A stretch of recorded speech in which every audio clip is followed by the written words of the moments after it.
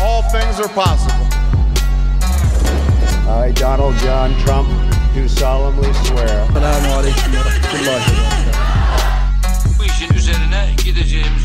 Ратифицировать подготовленный для подписания договор о вхождении Республики Крым и города Севастополь в Российскую Федерацию.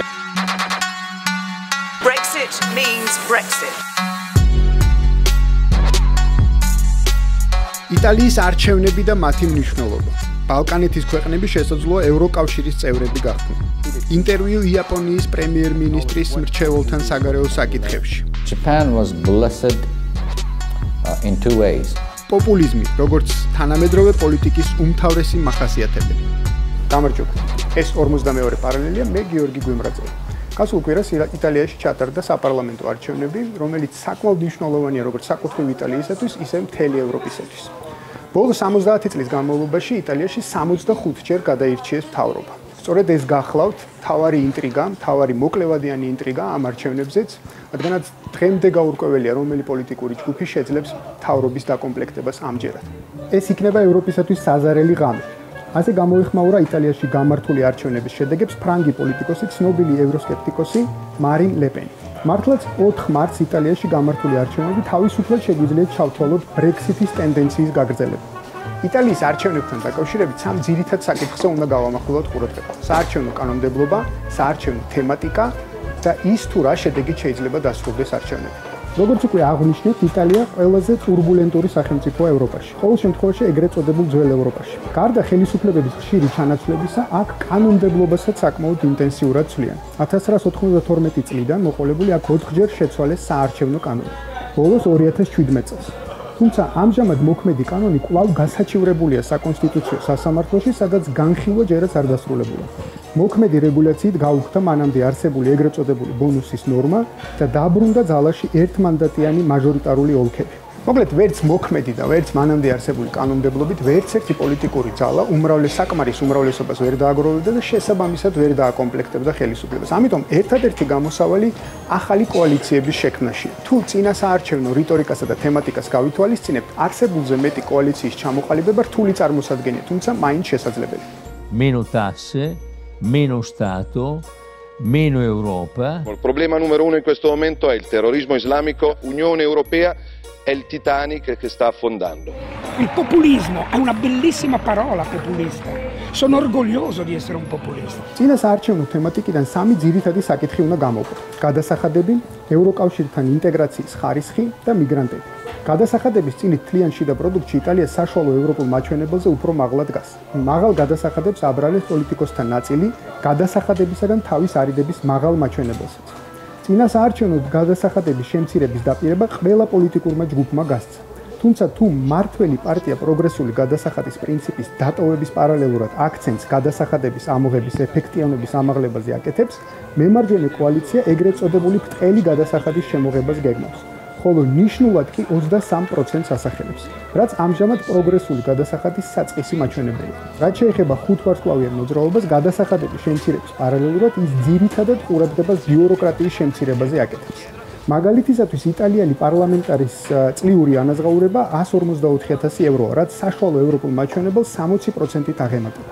ევროკავშირთან ინტეგრაციის ხარისხი ასევე იყო ძირითადი ძალების მთავარი განმასხვავებელი. თუ მმართველი პარტია ევროკავშირთან მეტი ინტეგრაციითა და ევროპული სისტემის მეტად გააქტიურებით ხედავს ყველა სირთულიდან გამოსავალს, ყველა მისი ოპონენტი შეიძლება ითქვას ევროსკეპტიკოსია, მათ შორის ევროპული ბიუროკრატიისათვის კარგად ცნობილი სილვიო ბერლუსკონი. 2013 წლიდან მოყოლებული იტალიაში 650,000-ზე მეტი მიგრანტი ჩავიდა. აქედან მხოლოდ 50,000-მა მიიღო ტოლვილი სტატუსი. დანარჩენი იქ არალეგალურად იმყოფება. მატეო რენცი გამოსავალს ევროკავშირის ერთიან ძალისხმევაში და იმ ქვეყნების დახმარებაში ხედავს, საიდანაც ომს თუ სოციალურ უთანასწორობას გამოურბის მიგრანტთა დიდი ნაწილი. მისი ოპონენტები, განსაკუთრებით მატეო სალვინი, იტალიელი ტრამპი, მიგრანტებს უკავშირებს კრიმინალის ზრდას და 500,000 მიგრანტის დეპორტაციას გეგმავს. ძირითად აქცენტს კი მიგრაციაზე საუბრისას იტალიელი თანამემამულეების სამშობლოში დაბრუნებაზე აკეთებს. საბოლოოდ როგორც იტალიისათვის, ასევე ევროკავშირისათვის უმნიშვნელოვანესია თუ ვინ გახდება იტალიის შემდგომი პრემიერ მინისტრი. როგორც არჩევნების შედეგებმა აჩვენა, ვერცერთმა პოლიტიკურმა ჯგუფმა ვერ დააგროვა ხელისუფლების დასაკომპლექტებლად საჭირო ხმათა რაოდენობა. ძირითადად მაინც ორ კანდიდატს განიხილავენ. ერთი მხრივ კომედიანტი ბეპე გრილოს მიერ დაარსებული ხუთვარსკვლავიანი მოძრაობის რჩეული ლუიჯი დი მაიოა, ხოლო მეორე სილვიო ბერლუსკონისთან კოალიციაში მყოფი ჩრდილოეთის ლიგის ლიდერი მატეო სალვინი. საინტერესო რომ არც ბეპე გრილოს და არც სილვიო ბერლუსკონის ამ ეტაპზე ამ პოსტის დაკავების უფლება სამართლებრივად არ აქვს. პარტიებს კოალიციური მთავრობის, ანუ შესაბამისად საკუთარ კონკურენტებთან შეთანხმებისათვის ვადა 23 მარტამდე აქვს. თუ ამ დროისათვის პარლამენტში უმრავლესობის მოპოვებას ვერც ერთი ჯგუფი ვერ მოახერხებს, იტალიის სიმბოლურ პრეზიდენტს ახალი საპარლამენტო არჩევნების დანიშვნა მოუწევს. იტალიის არჩევნებზე საუბარს ბაქარ ბერეკაშვილთან განვაგრძობთ. ბაქარ, რა არის ამ არჩევნების მთავარი გზავნილი, როგორ უნდა გავიგოთ ის, რას მისცეს ხმა იტალიელმა ამომრჩეველებმა, ან იქნებ რის წინააღმდეგ გააკეთეს არჩევანი? იტალიის არჩევნებმა დაგვანახა ორი მნიშვნელოვანი რამ. პირველი ეს არის გაგრძელება იმ პროცესისა, რასაც შეიძლება უწოდოთ ევროსკეპტიკური პოლიტიკის, ანგნებავთ ევროსკეპტიკური განწყობების ინაუგურაცია თანამედროვე ევროპის პოლიტიკურ ცხოვრებაში. და მეორე ეს არის იტალიის არჩევნებმა კიდევ ერთხელ ნათლად წარმოაჩინა ევროპაში ტრადიციული პარტიული ელიტების კრიზისი, რამაც შესაძლებლობა მისცა სრულიად ახალი პოლიტიკური ტალღის გაჩენას, რაც ეფუძნება ანტი-ესტაბლიშმენტური, ანტიელიტისტური პარტიების წარმოშობასა და განვითარებას თანამედროვე ევროპაში. შეიძლება ითქვას, რომ ეს არის იდეოლოგიური პროცესი, რადგანაც ერთი მხრივ კონსერვატიული პარტიები, მეორე მხრივ რადიკალური ანტი-ესტაბლიშმენტური პარტიები ცდილობენ ევროპის მმართველ ელიტებზე განაწყენებულ ამომრჩეველთა მობილიზაციას.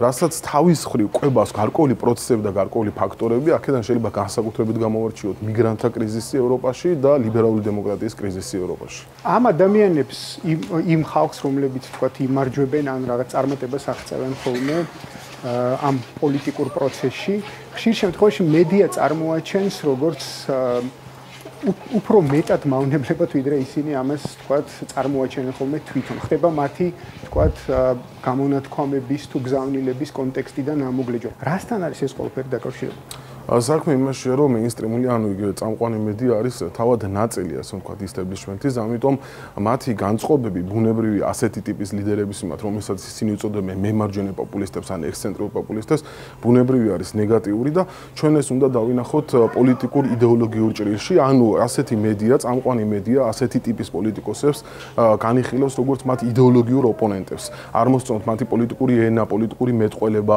ამიტომ შესაბამისად ეს არის ერთგვარად გარკვეულწილად ახალი ტიპის კლასობრივი ბრძოლაც კი, რადგანაც ამ შემთხვევაში ჩვენ მედია მოგვევლინება როგორც იმ დღის წესრიგის ნაწილი, რასაც ახორციელებს ესტაბლიშმენტი, რის წინააღმდეგაც იბრძვიან ასეთი ტიპის პოლიტიკოსები, ამიტომ ეს ასე ვთქვათ, ეს მდგომარეობა ჩვენ უნდა გავიგოთ როგორც პოლიტიკური კონფლიქტი, პოლიტიკური კონფრონტაცია, სადაც მედია ასრულებს იმ როლს, რასაც ჰქვია ესტაბლიშმენტის დღის წესრიგზე მორგებული სოციალური სტრუქტურა. როგორი შეიძლება იყოს და როგორი უნდა იყოს ევროპის პასუხი ამ გამოწვევაზე?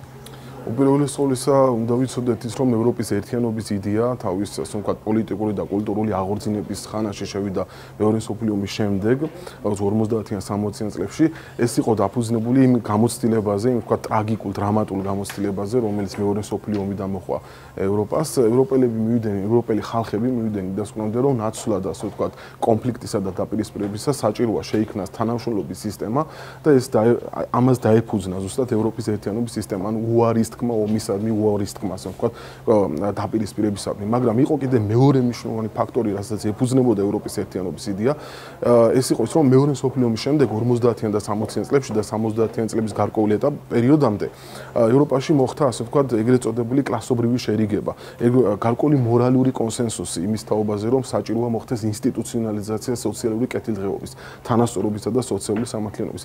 ეს იყო პერიოდი, რადგანაც შეიძლება ვთქვათ, რომ ყველაზე ახლოს იდგნენ ევროპის მმართველი ელიტები ხალხის ინტერესებთან, მაგრამ 70-იან წლებში შეიქმნა კრიზისი, ერთგვარი იდეოლოგიური კრიზისი, როდესაც ელიტები უფრო და უფრო დაშორდნენ ხალხს, ასევე მოხდა გარკვეულწილად დილეგიტიმაცია იმ ტრადიციების, რომელიც შეიქმნა 50-იან და 60-იან წლებში, რამაც საბოლოო ჯამში, ასე ვთქვათ, ევროპული, ასე ვთქვათ, პოლიტიკა შეიყვანა კრიზისში. ეს კრიზისი იყო ასევე გამოხატული კულტურული უნდობლობით, პოლიტიკური ინსტიტუტებისადმი დემოკრატიის კრიზისით.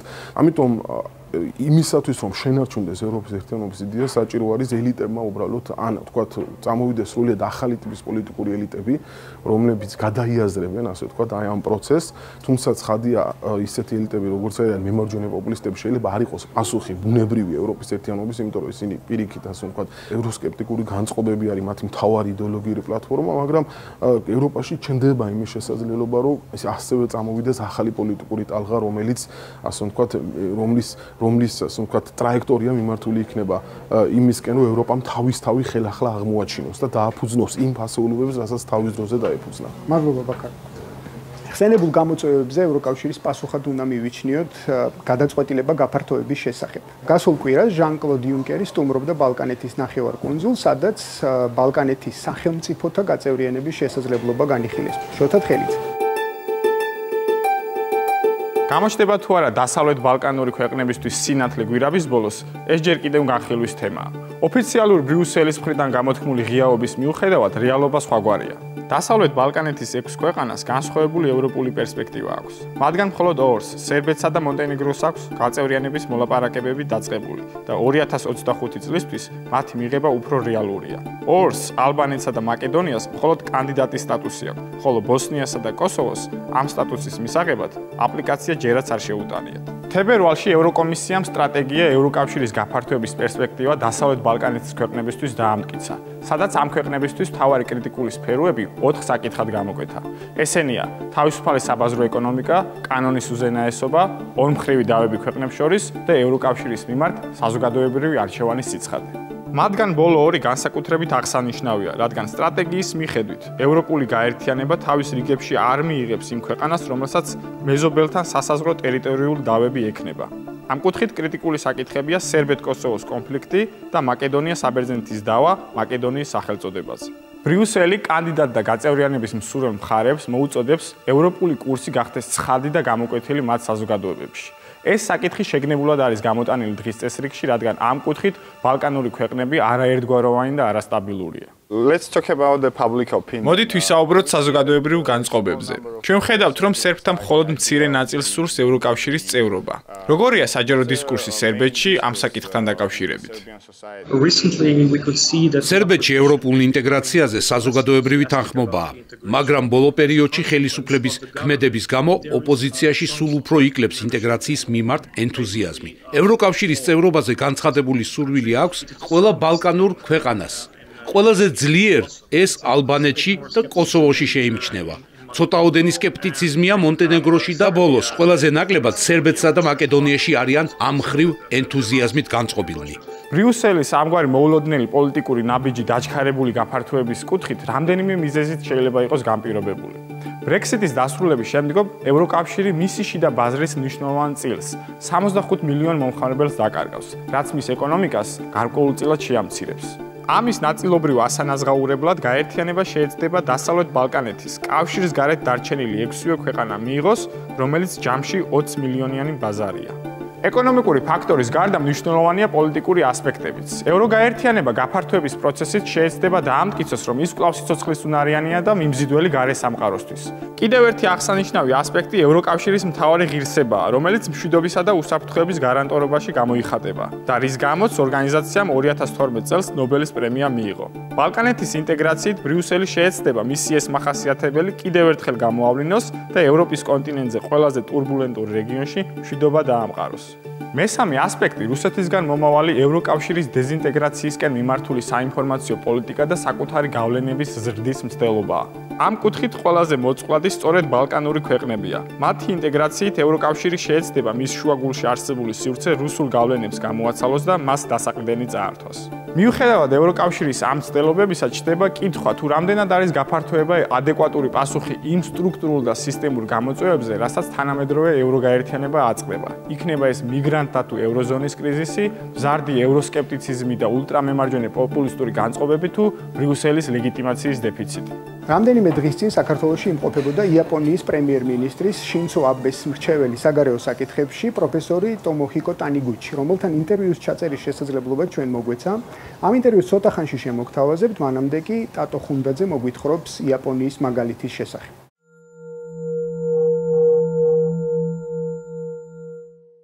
იაპონია ინოვაციური ტექნოლოგიების და სწრაფი განვითარების ქვეყანა. მასზე საუბრისას ხშირად მოვისმენთ, რომ ამ ქვეყნის განვითარება იაპონურმა კულტურამ და შრომის ეთიკამ განაპირობა.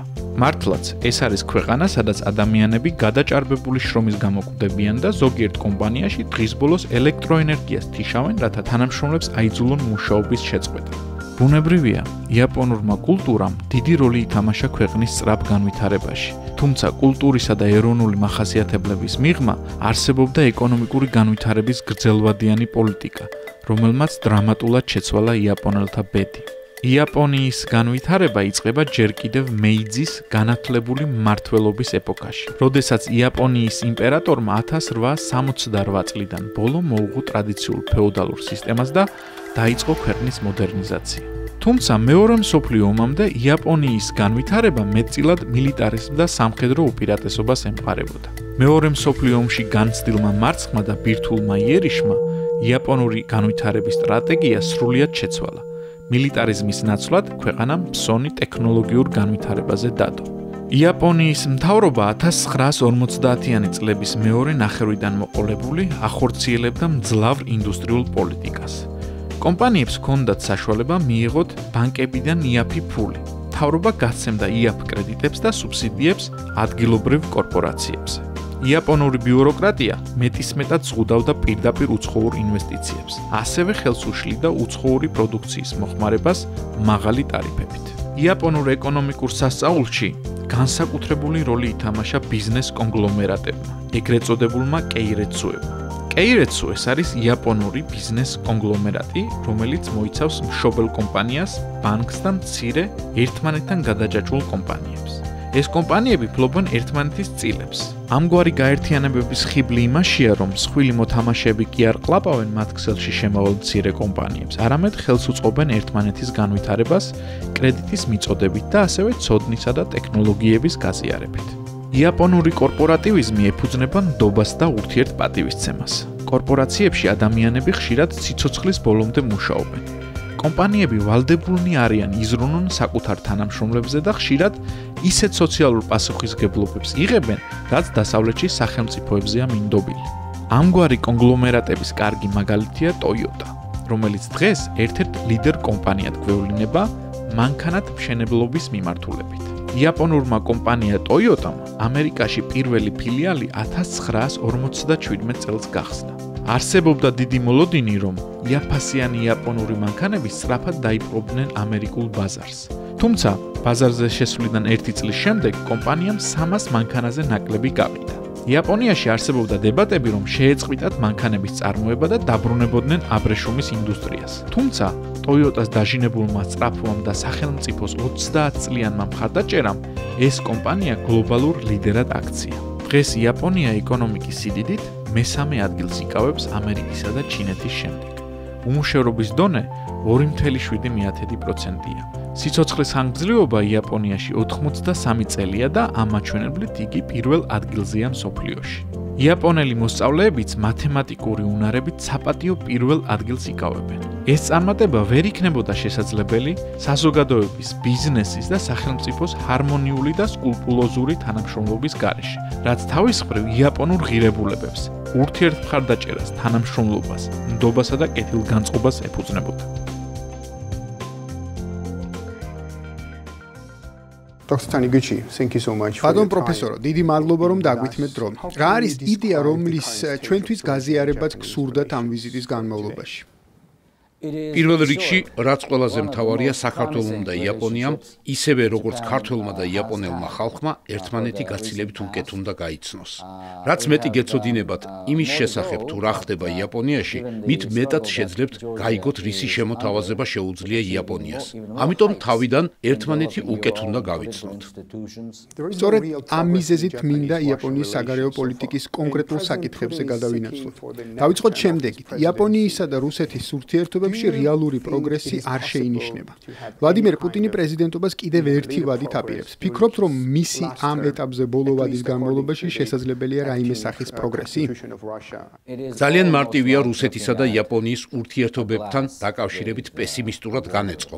ბოლოს და ბოლოს მეორე მსოფლიო ომის დასრულების შემდეგ რუსეთსა და იაპონიას სამშვიდობო ხელშეკრულება არ გაუფორმებიათ. თუმცა არსებობს ოპტიმიზმის მიზეზიც. პირველი ის, რომ პუტინი და შინძო აბე ერთმანეთს გაცილებით მეტჯერ შეხვედრიან, ვიდრე ნებისმიერი სხვა ლიდერი მსოფლიოში. მათ შორის დახურულ კარს მიღმა და ამ ორ ლიდერს შორის პერსონალური ურთიერთობა ჩამოყალიბდა. მეორე ის, რომ მათ ზურგს უკან საკუთარი მოსახლეობის ინტერესებია. თქვენ იცით, რომ შინძო აბე სრულად ემყარება დემოკრატიას და ეს მნიშვნელოვანია. ამდენად ვფიქრობ, ეს ორი ძლიერი ლიდერი ამ ყველაფრის გათვალისწინებით ერთმანეთს ეუბნებიან, რომ დროა ეს პრობლემა მოგვარდეს. საქმე მხოლოდ იმ 4 კუნძულში არაა, რომელიც იაპონიის ჩრდილოეთით, ჰოკაიდოს ჩრდილოეთით მდებარეობს. საქმე იმაშიცაა, როგორ შეუძლიათ იაპონიასა და რუსეთს ერთად განავითარონ რუსული ციმბირის უდიდესი ნაწილი. ამასთან ერთად ეს უსაფრთხოების საკითხიცაა. იაპონიას გარშემო ჰყავს ჩრდილოეთ კორეა, ჩინეთი, რომლებიც თითქმის მუდმივად ახდენენ ზეწოლას.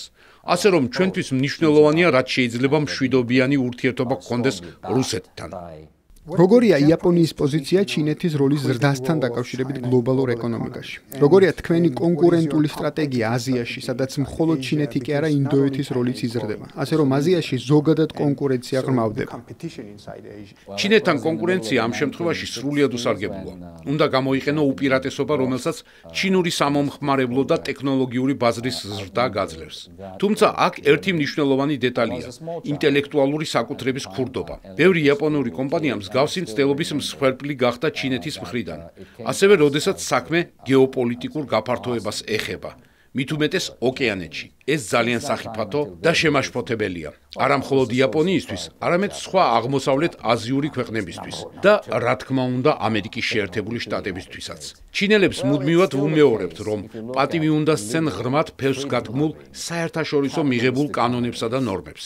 ეს მრავალშრიანი ურთიერთობაა. მის საძირკველში უსაფრთხოების საკითხები და თანამოაზრე ქვეყნებთან გაერთიანებაა. მნიშვნელოვანია ასევე, რომ ჩინელები ამბიციურები არიან და მათი ეკონომიკური ინტერესები ყველა მიმართულებით ვრცელდება. ზოგი ასეთი მცდელობა შესაძლოა მომგებიანი იყოს ყველა მხრისთვის, მათ შორის იაპონიისთვის. ეს კომპლექსური საკითხია. ვერ ვიტყვი, რომ ეს შავთეთრი ურთიერთობაა. მინდა კითხოთ ასევე საშინაო პოლიტიკის შესახებაც. დასავლური მედიის ნაწილი იაპონიაში ეგრეთ წოდებული რადიკალური მემარჯვენეების, ულტრანაციონალისტური ძალების გაძლიერების შესახებ წერს. ეს მართლაც ასეა? მაინტერესებს, არის თუ არა ეს თანამედროვე დემოკრატიებისათვის საერთო ტენდენცია, თუ მხოლოდ დასავლურ ქვეყნებს ახასიათებს და რა შეიძლება იყოს ამის გადაჭრის გზა? თუ კი საზოგადოებაზე ფუნდამენტალური გავლენის მოსახდენად რაიმე ძალიან სწრაფად და რადიკალური გზებით ხდება, ეს ფაქტობრივად ერთგვარი მოსაწვევია არასტაბილური გარემოს შექმნისთვის. ვფიქრობ, სწორედ ასეთი რამ მოხდა ზოგ დასავლურ ქვეყანაში. საფრანგეთი, გერმანია, იტალია, დიდი ბრიტანეთი ამ ფენომენს ებრძვიან. შეიძლება მათ შორის ამერიკის შეერთებული შტატებიც დავასახელოთ. ეს საკითხი დაკავშირებულია რადიკალურ მზარდ სხვაობასთან დიდრებსა და ღარიბებს შორის. როდესაც იაპონელი ხალხი შინძო აბეს მმართველობისას გამოიკითხა, მათმა 73-მა თუ 74%-მა თქვა, რომ მეტნაკლებად კმაყოფილია იმით, რაც აქვთ. ასე რომ დიახ, სიძულვილის ენა გამოიყენება, თუმცა საბედნიეროდ ეს ყველაფერი კონტროლს ემორჩილება.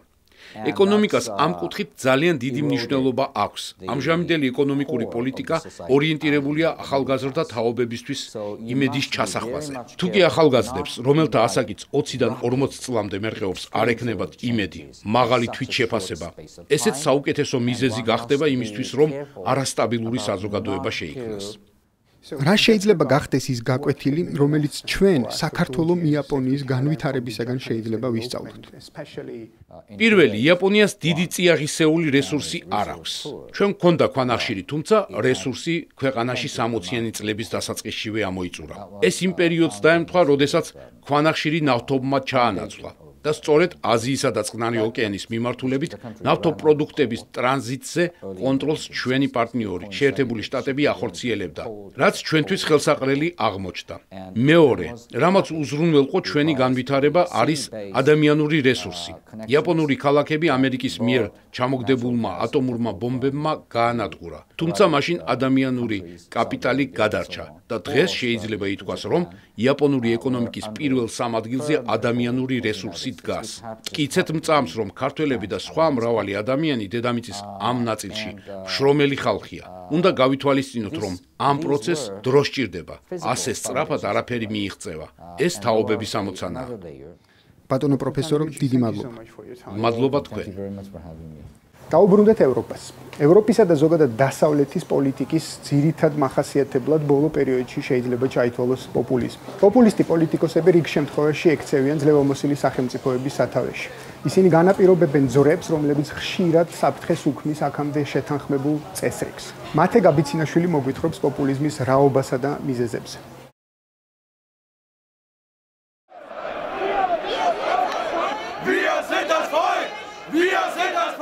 უკანასკნელი წლებია ევროპას პოპულისტურმა ტალღამ გადაუარა. ჩვენ ვნახეთ ბრექსიტი, არჩევნები ავსტრიასა და იტალიაში. ვნახეთ აღზევებული ანტისაიმიგრაციო განწყობები ნიდერლანდებში, საფრანგეთსა და გერმანიაში.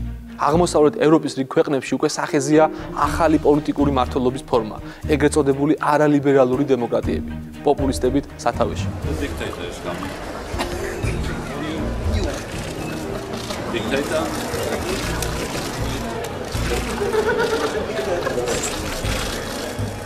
ასეთ ვითარებაში აუცილებელია უკუვაგდოთ მედიის მარტივი ხედვა, რომელიც პოპულიზმს მხოლოდ დემაგოგიად წარმოაჩენს და საპირისპიროდ გამოვიყენოთ ანალიტიკური მეთოდი რეალობის უკეთესად ასახსნელად.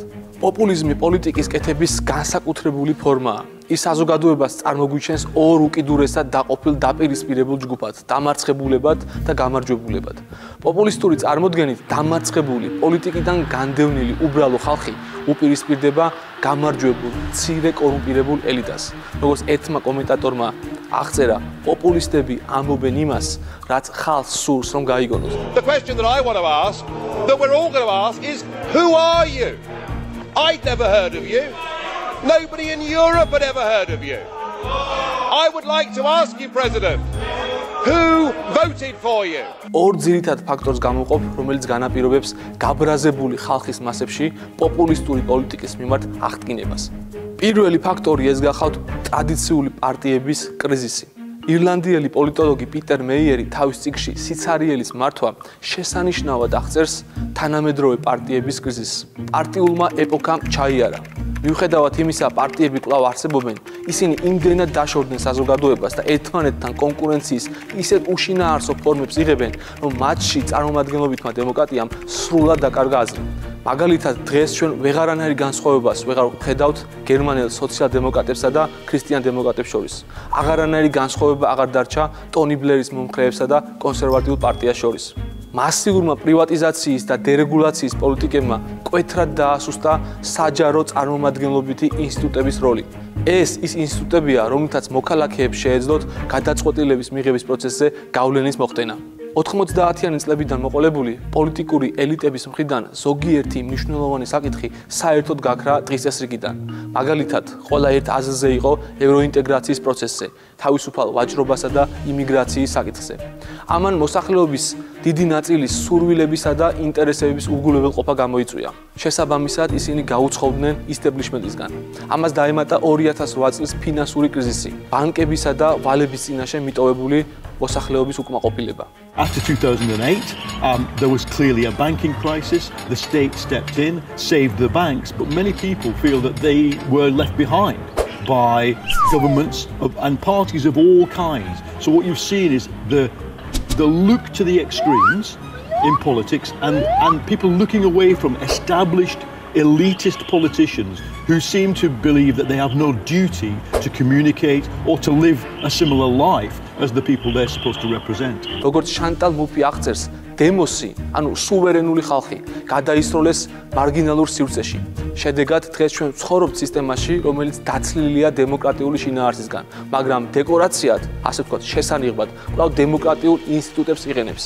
ასე აღმოცენდა მრავალნაირი პოპულისტური მოძრაობა ევროპაში, რომლებიც ხალხს პირდებიან, რომ დაუბრუნებენ მათ კუთვნილ ხმას, სუვერენულობას, რომელიც მათ ელიტებმა მოპარეს. ტრადიციულ პოლიტიკურ ელიტებს აღარ შემორჩათ ის პოლიტიკური ლექსიკა, რომელიც გაბრაზებულ ფართო მასებში მასშტაბურ გამოძახეს პოებდა.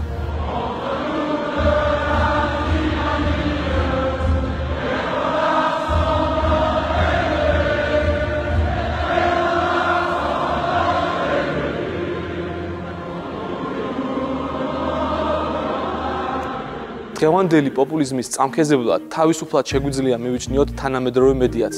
მედია ყველაზე მეტად დღეს პოპულისტებს ყალობთ. 1980-იან წლებამდე საინფორმაციო არხები, რომელსაც მოსახლეობის ფართო მასები მოიხმარდა, თითქმის ერთნაირი იყო.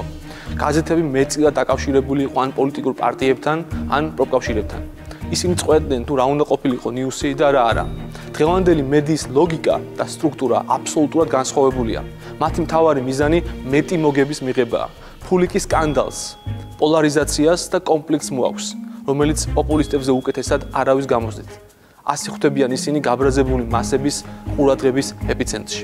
უმნიშვნელოვანესია იმის გააზრება, რომ ამგვარ პოპულისტთა ბრძოლაში მისი მიმდევრების მორალურად დაგმობა და დემონიზაცია არათუ არ მუშაობს, არამედ კონტრპროდუქტიულიცაა. ეს კიდევ მეტად აძლიერებს პარანოიდულ სტილს პოლიტიკაში, კიდევ უფრო აძლიერებს ისტერიულობას. შედეგად, კონფლიქტი კარგავს მის დემოკრატიულ ფორმას და ატარებს აბსოლუტურ სიკეთესა და აბსოლუტურ ბოროტებას შორის დაპირისპირების ხასიათს. ასეთ რეალობაში კომპრომისი ჩანაცვლებულია ტრიუმფის ძლიერი სურვილით. რა თქმა უნდა, ევროპას აქვს შანსი გაუმკლავდეს ამ კრიზისს, მაგრამ ეს ვერანაირად ვერ მოხდება ხალხის სუვერენულობის იდეასთან დაბრუნების გარეშე. ამით ჩვენი გადაცემა დასრულებულია. შევხვდებით ერთმანეთს 42 პარალელზე მომავალ შაბათს 21 საათსა და 30 წუთზე.